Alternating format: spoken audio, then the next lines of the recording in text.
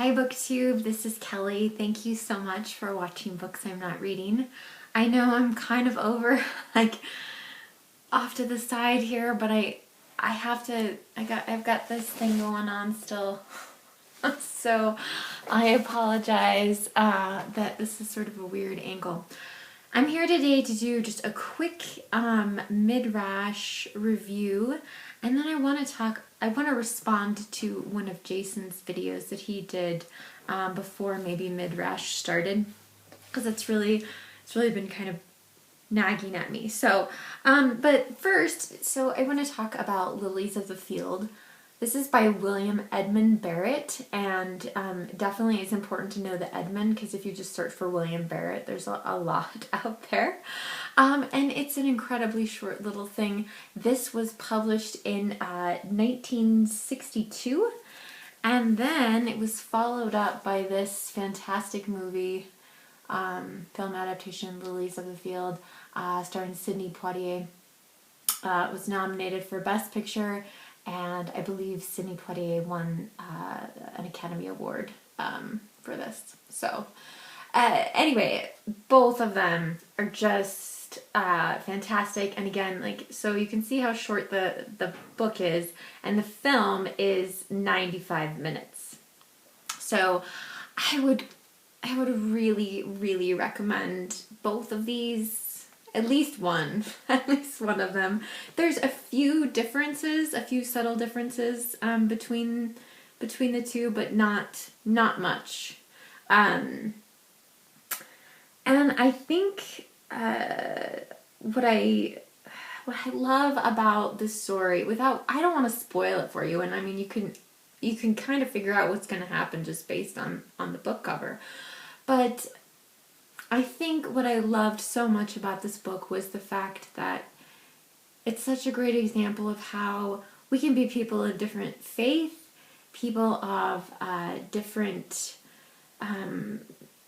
backgrounds, we can speak different languages, and yet we can still somehow work together and accomplish great things that might seem miraculous at the time. So I love these. I may have to watch this today. I don't know. Like I said, I would encourage you to look for these. William Barrett was a Roman Catholic, but it felt very.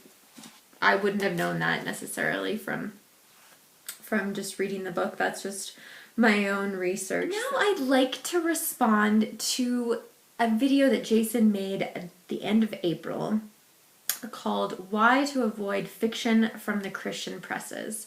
So Jason, with Maybe Midrash, has been particularly trying to encourage people when they were selecting their fiction book to look for something that's wouldn't necessarily be shelved in Christian fiction in your local bookstore. And again, Maybe Midrash isn't just about Christianity.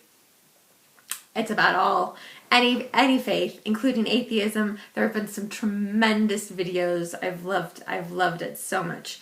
Videos about Buddhism, atheism, all kinds of great questions, great seeking. So I love that. He has been more adamant than the other moderators about kind of avoiding, if you do consider yourself a Christian, to avoid books from what we would consider Christian fiction, I guess. And he quotes John Gardner and talks about how Jason feels like Christian fiction from the outset has a point that he or she wants to convey, is written by people who are looking to preach, people who feel like they already have all the answers. And I do agree with him on some of that. So the two authors that he mentioned were Jerry B. Jenkins, who co-wrote with Tim LaHaye the Left Behind series, as well as he also mentioned, and I was so surprised by this, Janette Oke. And when I watched his video the first time, I was like, hey, like going after Janette Oke. But I actually went through a period where I read a lot of primarily Christian nonfiction, but I did read Christian fiction as well. So, as I said, Jason's read the first Left Behind book, and I read 7 of them. I don't know why. I don't even remember how many there were, but I know I didn't finish the series.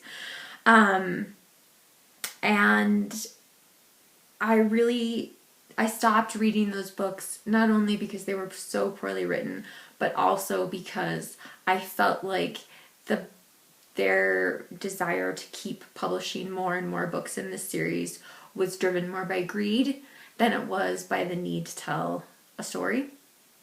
I think we see that a lot with movies now, where the last movie or the last book in a series is turned into not 1 but 2 films, which most of the time is really unnecessary. So that really bothered me, and so I'm going to kind of shove those aside and put those in a separate category, because I don't recommend that series, at least the 7 books that I read. But however, like Janette Oke, man, it just took me back when he said her name. So again, I think I've mentioned on my channel before that I grew up in a house with just books all over the place. And there was no order, there was no rhyme or reason, and there was no censorship whatsoever. So, you know, I was primarily directed to entertain myself, and I was welcome to pick anything I wanted. We did have Janette Oke books in my house. I remember someone coming to our church, actually, and after the service, off in the chapel, somebody came and talked to us about Janette Oke books, and I'm sure they had them there, and I'm sure that's where we bought them, and that sort of thing. So Janette Oke, miraculously, I couldn't believe this, she's still alive. She's 85.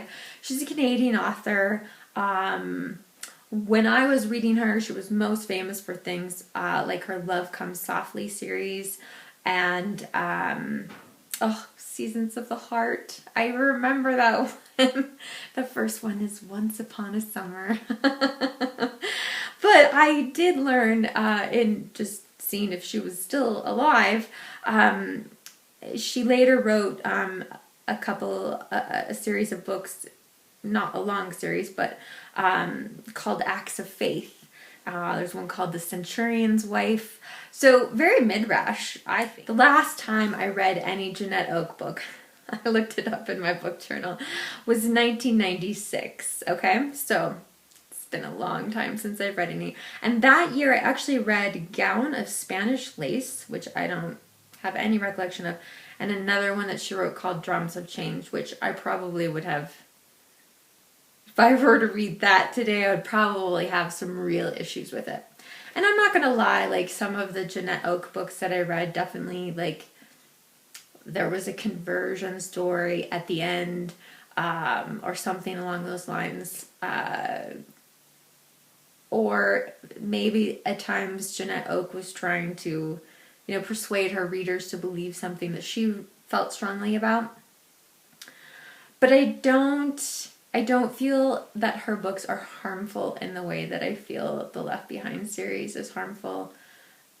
I feel like she was trying to make romance books available to Christian readers, because probably more than anything else they are romances, and one of the things I struggle with is that I think it's really important, regardless of what faith people are, or if they have any faith, is to meet people where they're at. And sometimes people are at Janette Oke, and I always want to believe that it's going to drive them on to read something I hate to say like for a more mature believer, but something that will maybe encourage them to pick this up or to watch the movie of this. And I don't know if that's true or not. You know, maybe the people who read those kind of books just continue to read. Francine Rivers is another one I can think of. I want to say Lori Wick is maybe a Christian author. I'm not sure. But I don't feel like they're trying to do some of the things that Jason is talking about. I don't feel like those people were writing the books as though they had all of the answers. Maybe they thought they had the ultimate answer, the final answer. That could be true. But I hate to throw a whole genre just out of the mix when there's nothing. I don't think that there's harm in reading some of those things. So, especially like new believers, you know, you start in one place and you start on in this like really exciting time and you're really kind of having this mountaintop sort of experience, and it takes a while before you realize like that you don't get to stay on top of the mountain. You spend most of your faith journey in the valley.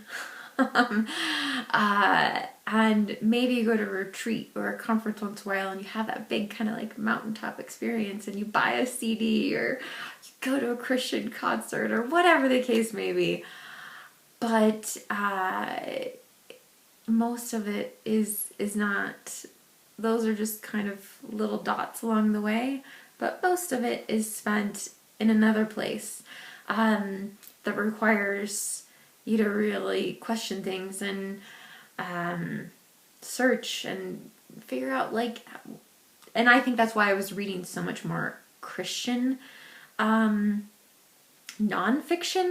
is because I wanted to know how my faith applied to me and what I could do with that, and that's something that I did not get from Christian fiction. Anyway, that's my response to Jason's video, and I will link down to that below. Thank you for watching this video. I hope that maybe Midrash has been a really great experience for you, that it has made you ask questions about whatever it is that you believe, and helped you discover some new books that you hadn't thought of before. So, BookTube, remember to be kind to yourself and be kind to others, and I will be back with my other Maybe Midrash video later this week. Take care.